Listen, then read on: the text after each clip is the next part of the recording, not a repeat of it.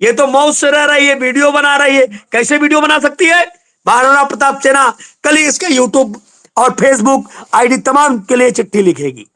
जब वो वहां पहुंचे तो उनको अदालत के हुक्म के बाद पुलिस ने एफआईआर की सर्टिफाइड कॉपी, जी हाँ तस्दीकशुदा कॉपी उनको अदालत के हुक्म के बाद पुलिस ने फराहम कर दी है। अदालत ने पुलिस को पाबंद किया था जेवर कोर्ट ने कि इनको कॉपी फराहम कर दी जाए, चूंकि जो 7 पेजेस पर मुश्तमिल एक एप्लीकेशन थी, एप्लीकेशन में लिखा गया था वो तमाम इंसिडेंट के 4 जुलाई 2023 को सीमा के खिलाफ, मित्र पारुल के खिलाफ एफआईआर हुई थी। 3 दिन के बाद जमानत हो जाती है और उसके बाद फिर बच्चों के जो पासपोर्ट है उसके अंदर भी फादर का नाम लिख रहे हो, नहीं आएगी।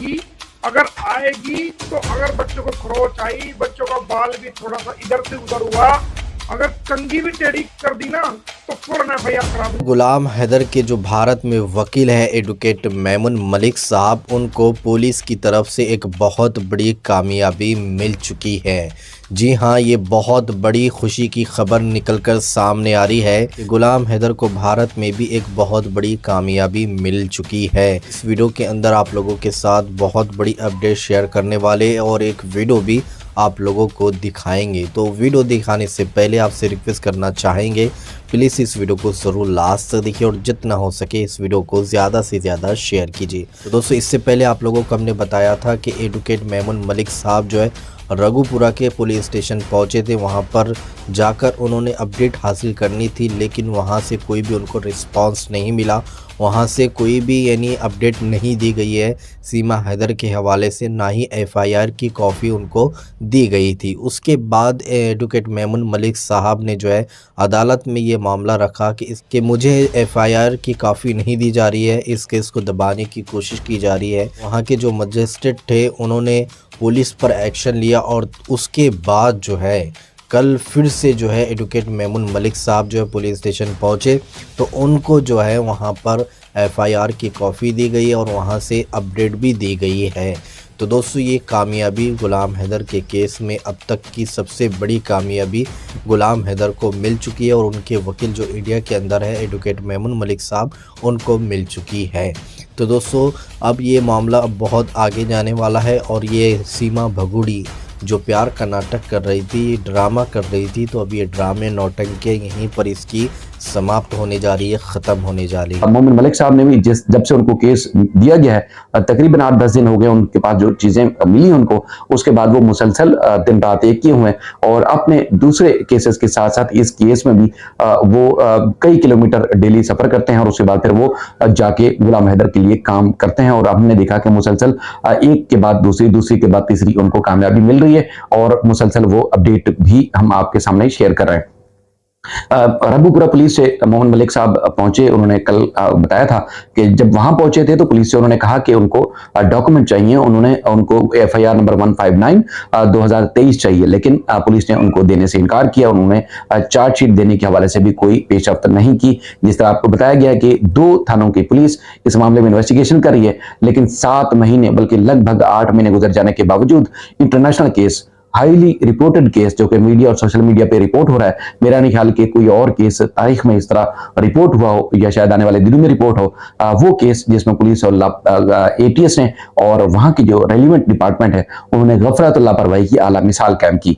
और आपने देखा कि जब से मोहन मलिक साहब इस केस में आए तो उन्होंने फिर उनको झंझोड़ा और वो झंझोड़ने के बाद जब देखा कि वहां से कामयाबी नहीं मिली तो उसके बाद फिर उन्होंने अदालत से रजू किया। वो लोकेशन, वो तमाम पिक्चर्स, वो तमाम तस्वीरें, वो तमाम सबूत उन्होंने शेयर किए जो वहां पर पहुंचे और उसके बाद फिर उन्होंने वो तमाम तफसील भी हमारे सामने शेयर की। मैं आपने स्क्रीन पे देखी भी होगी और आप देख रहे होंगे कि वो मुख्तलिफ थानों में गए, उन्होंने जो है वो उसके बाद फिर अदालतों में गए, मुसलसल वो जाते रहे और उसके बाद फिर वो अपडेट करते रहे। लेकिन चूंकि बहुत सारे लोगों की आदत होती है कि वक्त से पहले वो अपडेट करते हैं, लेकिन उन्होंने काम होने के बाद अपने क्लाइंट को बाखबर रखने के लिए, उसको अपडेट देने के लिए, उसको बाखबर रखने के लिए उन्होंने इतला दी कि ये कुछ हो गया है, ये कुछ होने वाला है, ये हो गया, मैं यहाँ पहुंचाऊं, मैं यहाँ पहुंचाऊं। क्योंकि अगर ये गुलाम हैदर इंडिया में होते तो यकीनी तौर पर वो अपने वकील के साथ उसी तरह सफर कर रहे होते। जब हम यहाँ देखते हैं कि वो क्लाइंट जो है अपने वकील के साथ जद्दोजहद में साथ होते जब उनको कहीं इंसाफ लेना होता है। तो बहरहाल मोहम्मद मलिक साहब जो है वो वहां पहुंचे और ये जो पुलिस जेवर कोर्ट है आज वहां पेश हुए। वहां की लोकेशन भी उन्होंने सेंड की, मैं कोशिश करूंगा कि लोकेशन भी आप देख सकें। जब वो वहां पहुंचे तो उनको अदालत के हुक्म के बाद पुलिस ने एफआईआर की सर्टिफाइड कॉपी, जी हाँ तस्दीकशुदा कॉपी उनको अदालत के हुक्म के बाद पुलिस ने फराहम कर दी है। अदालत ने पुलिस को पाबंद किया था, जेवर कोर्ट ने, कि इनको कॉपी फराहम कर दी जाए, चूंकि जो 7 पेजेस पर मुश्तमिल एक एप्लीकेशन थी, एप्लीकेशन में लिखा गया था वो तमाम इंसिडेंट के 4 जुलाई 2023 को सीमा के खिलाफ, नेत्रपाल के खिलाफ एफआईआर हुई थी।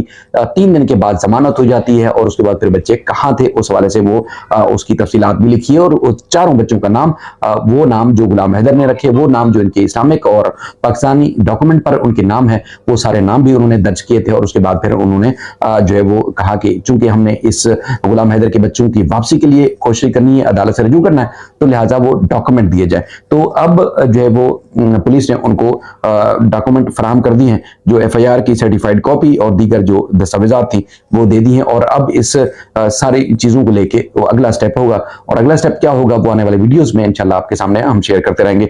जो अपडेट्स हैं इस मामले में, जो मोमिन मलिक साहब हमें अपडेट एज ए क्लाइंट गुलाम हैदर फराहम करते हैं, हम सिर्फ इसलिए आपको अपडेट रखते हैं, आपको बताते हैं कि आप चूंकि एक अरसे से जुड़े हुए हैं, गुलाम हैदर के साथ जुड़े हुए हैं, और आप भी चाहते हैं कि एक मजलूम बाप को उसका राइट मिलना चाहिए, एक मजलूम बाप को उसका हक मिलना चाहिए। देखिए, अगर एक बात की जाए बेसिकली इंडिया और पाकिस्तान के, हम अगर चंद लोग भी कोशिश करें तो शायद बेहतर ना हो सके। दुश्मनी है नहीं है पाकिस्तान और इंडिया की, शायद लंबे अरसे तक चले ना चले, हालात बेहतर हो ना हो, किसका धर्म क्या है किसका नहीं है, हम उस सारी मामले में उन सारी बातों में नहीं पड़ते। और सिर्फ जेन्युइन बात यह है कि एक मासूम बाप के, गुलाम हैदर के बच्चे, एक औरत उसकी जो बीवी थी, वो आज तक जो गुलाम हैदर के निकाह में मौजूद है, वो साथ ले गई। इसी वजह से, इसी तमाम चीजों को देखते हुए हम सब, आप सब मिलके आवाज उठाते हैं और आप चाहते हैं कि गुलाम हैदर का हक उसको मिलना चाहिए। एपी सिंह साहब का एक इंटरव्यू हमने देखा, आप मेरे YouTube चैनल पे जरूर देखिएगा अगर आपकी नजर से ना गुजरा हो। उन्होंने 10 साल पहले ABN न्यूज को वो इंटरव्यू दिया था। वो 10 साल पहले भी न्यूज में चर्चों में थे, और आज भी इसी तरह घिनौने और अपने भयानक चेहरे के साथ वो मीडिया, सोशल मीडिया की जीनत बनते हैं। 10 साल पहले उनका, चूंकि वो निर्भया केस में जो एक्यूज से, जो मुलजिम थे जिन्होंने रेप किया था, और उसमें एक्यूज की केस की वो पैरवी कर रहे थे, वो एक्यूज साइड से थे, तो वो उस वक्त औरत को ठहराते थे, करार देते थे कि एक औरत के साथ अगर जिन लोगों ने रेप किया है, वो बेसिकली मर्द जो है उसके कसूरवार नहीं है, बल्कि औरत ही कसूरवार थी। और उसके बाद फिर वो कहते हैं अपने उस इंटरव्यू में कि अगर उनकी बेटी या उनकी बहन भी अगर इस क्राइम में हो या इस तरह की चीज में मुलविस हो, तो पेट्रोल छिड़क कर वो आग लगा देंगे। एक कानून का रखवाला, एक कानूनदान, एक डॉक्टर और एक माहिर कानून जिसने आइन की असिस्टेंस फराहम करनी होती है अदालत को, और वो कानून से बालातर होकर उस वक्त अपने स्टेटमेंट में बता रहा है कि जिन उसकी बेटी को भी वो आग लगा देगा और वो अपनी बहन को भी आग लगा देगा, क्योंकि जो रेप का, या आप ये कह सकते हैं कि जिस तरह खवातीन के साथ जो इंसिडेंट होते हैं, उसका जिम्मेदार वो औरत को करार देता है। इसलिए वो कहता है जी मैं FIR भी नहीं कटाऊंगा, मैं खुद जिम्मेदार हूं, मेरी ये प्राइवेसी है। लेकिन 10 साल के बाद सीमा उसके बाद पहुंचती है तो एकदम उसके विचार तब्दील हो जाते हैं। न सिर्फ तब्दील होते हैं, बल्कि वो अपनी एक घिनौनी शक्ल लेके वो दुनिया को मजीद गुमराह करने की कोशिश करता है। तो ये वो अहम तरीन इंटरव्यू है। शायद उसको अकल है, शायद उसके जो दिमाग पे ताले पड़े हुए हैं उसको पता चले। शायद चूंकि एक आप कह सकते हैं कि उनके मुंह पे एक तमाचा है, वो उनका अपना इंटरव्यू, कि एक वकील जिसका स्टांस कुछ अर्सा पहले कुछ और था, खवातीन में, औरतों के बारे में, लड़कियों के बारे में, इवन कि अपनी बहन बेटी के बारे में, जिसमें एंकर उसको बार बार शर्म दिलाने की भी कोशिश कर रहे हैं, और उसके बाद फिर सीमा के मामले में उनका स्टांस एकदम तब्दील हो जाता है। क्या ये भयानक चेहरा